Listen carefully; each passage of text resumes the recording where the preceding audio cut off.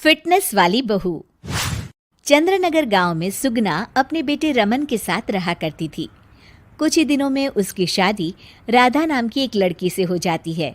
Radha fitness को लेकर बहुत ज्यादा सजग होती है और वो घर के बाकी लोगों को भी दिन भर फिटनेस टिप्स देती रहती है।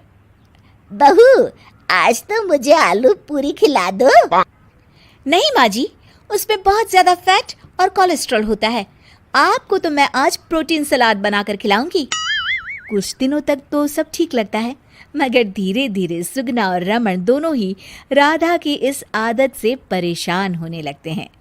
राधा, मैं मानता हूँ हमें फिटनेस के प्रति सजग रहना चाहिए, मगर बाकी की चीजें भी खानी उतनी ही जरूरी है।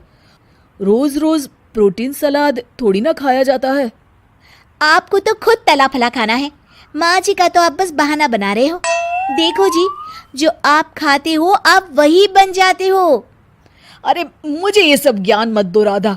मैं बस ये कहने की कोशिश कर रहा हूँ कि हर चीज खानी जरूरी होती है। तेल और घी भी खाना जरूरी होता है एक मात्रा में।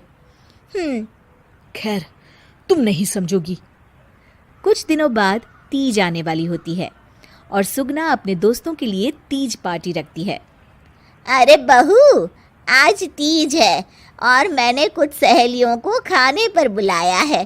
कुछ अच्छा सा उन सब के लिए पकाना। ठीक है माँ जी। शाम को सुगना की सब दोस्त आ जाती हैं। सुगना सबको अपनी बहू से मिलवाती है। अरे वाह सुगना, तुम्हारी बहू तो बहुत ही खूबसूरत है। सिर्फ खूबसूरत ही है या गुनी भी? अरे नहीं नहीं, मेरी बहू बहुत ही संस्कारी है। घर का सारा काम भी खुद करती है। थोड़ी देर सब गप्पे मारते रहते हैं। फिर राधा टेबल पर खाना लगा देती है। खाना लगा दिया है मैंने, आप सब खा सकते हैं। सब लोग टेबल पर आते हैं। अरे ये सब क्या है?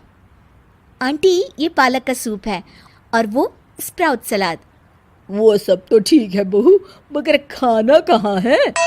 आंटी, यही खाना है, इससे हेल्थ भी बनी रहेगी और आप सबकी उम्र में तो यही खाना ठीक रहता है।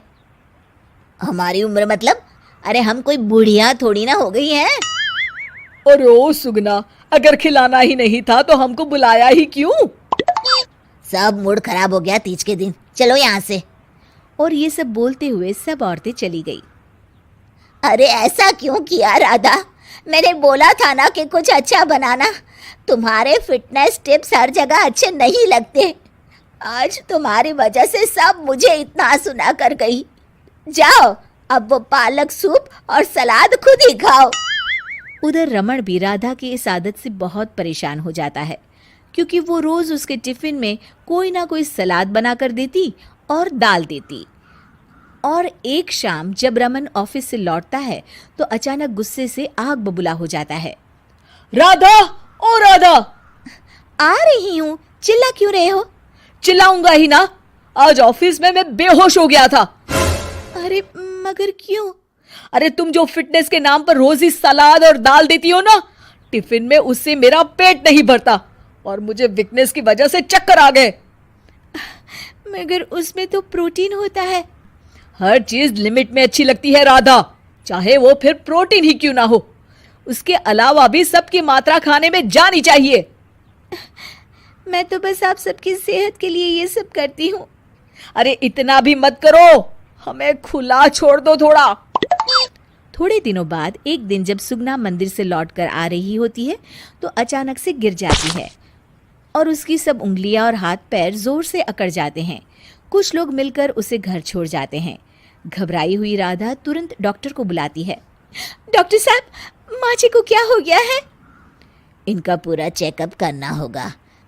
वैसे तो मुझे लग रहा है कि इनको गठिया हुआ है, इतना तो पता चल रहा है।